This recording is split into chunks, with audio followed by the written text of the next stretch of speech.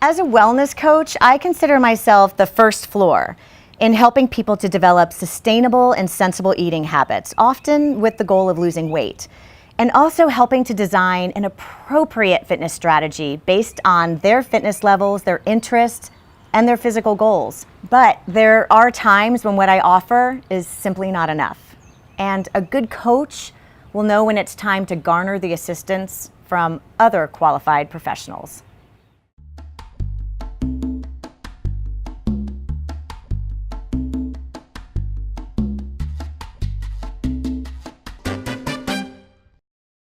Those of us who are nationally certified fitness professionals are well versed in something called the Allied Healthcare Continuum, which is made up of qualified and credentialed professionals who can identify, prevent, and treat disorder and disease.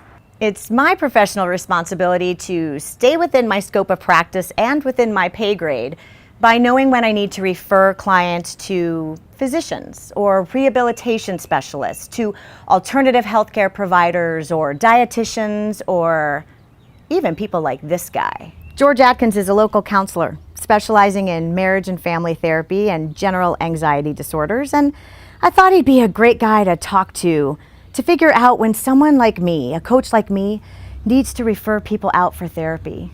Can you help with that? How does that make you feel? George, thanks for coming all the way from your upstairs office. It's a blessing to be here. Okay, so as a coach, as a wellness coach, what are some signs that I should be looking for when working with someone who's really struggling to change their dietary habits and their exercise, and we just don't seem to be getting anywhere? Right. When would you suggest perhaps it's time for me to refer them to some deeper counseling? Sure. Well, I would say first, just the fact that they constantly are in a cycle of starting and stopping over again all the time, I think is the first sign. Okay. The second thing is patterns of speech. People talk about what they're excited about, but also what worries them. So if you're noticing a lot of speech about worrying about transitions in their life, maybe finances, things of that nature, or they're constantly saying, I just can't get a hold of things, that would be a good time to refer somebody on as well. You mean so information that's not fitness and health related? Oh, absolutely. Yeah, because we don't live in a vacuum. You know, Okay. I would say our weight is an indicator of probably other things that are going on. You know, rapid, increase of weight, or like you said, that, they just can't get unstuck. Yeah. It can be an indicator of a lot of other things going on in their life. So there's a definite connection between overeating and emotional issues? Oh, absolutely. Okay. I would say food is probably the most addictive thing that we wrestle with.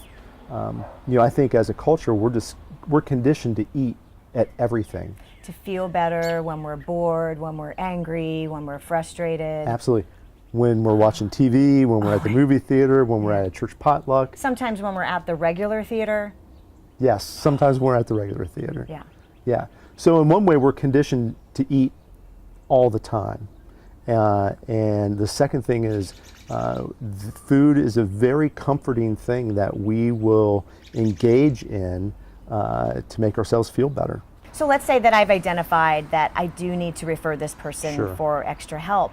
Who do I go to? Just a regular counselor? What I would do is I would look at credentials. Always look at somebody's credentials and see what their background is. Some counselors like myself are very good at relational issues, marriage, family, anxiety, depression sort of issues, which can definitely affect, weight gain for sure. But there are some people who specialize in addiction.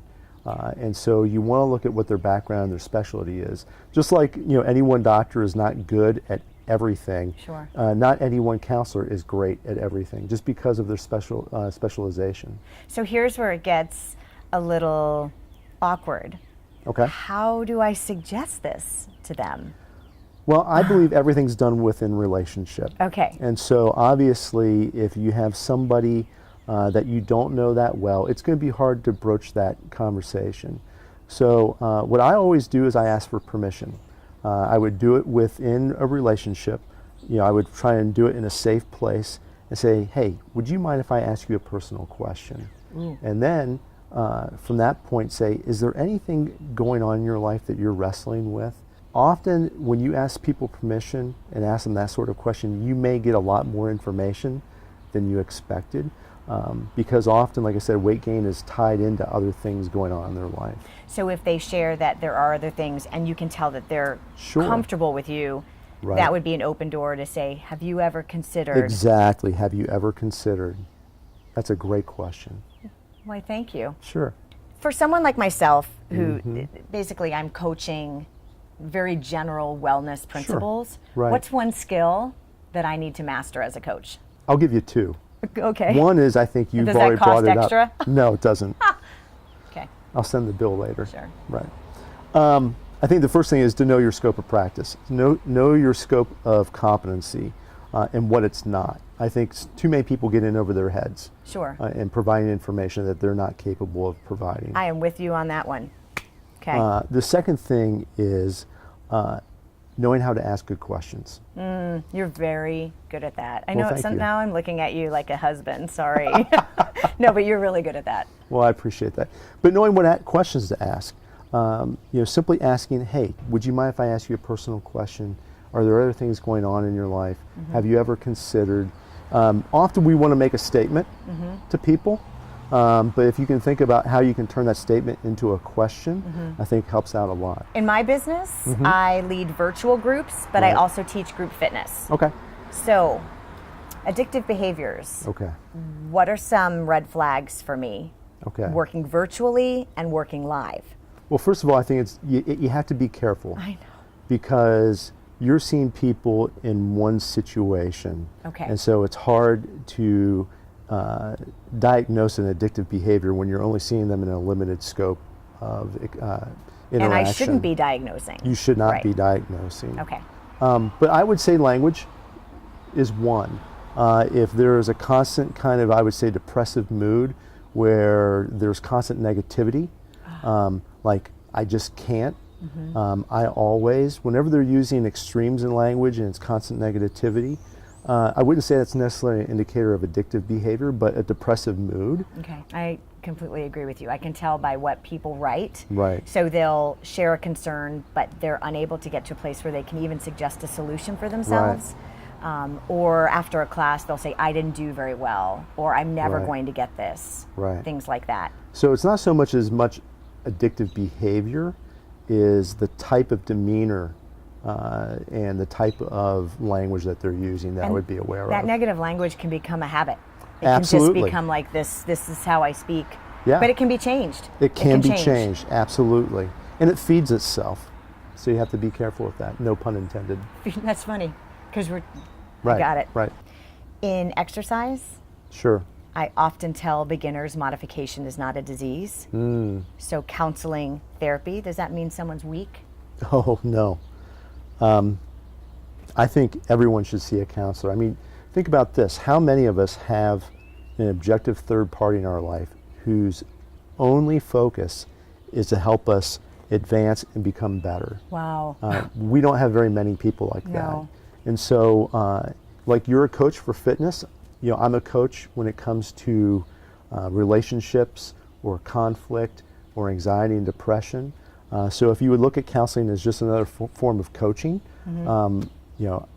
I would strongly encourage anybody who is going through, like, let's say, a major transition in their life, loss of job, divorce, a death, or they're feeling particular stress and anxiety. I think, I would love for anyone in those situations to see a counselor. So it's not a weak decision. Oh, no, I think it's a strong decision. So most of the people who come in and sit in the chair that you're sitting in, usually a common theme is, I'm not at the point in life that I thought I should be. They feel stuck. And so I would encourage them, if that's a kind of a consistent theme in their life, whether it's employment, losing weight, those kinds of things, then they may want to consider counseling. For the health of it.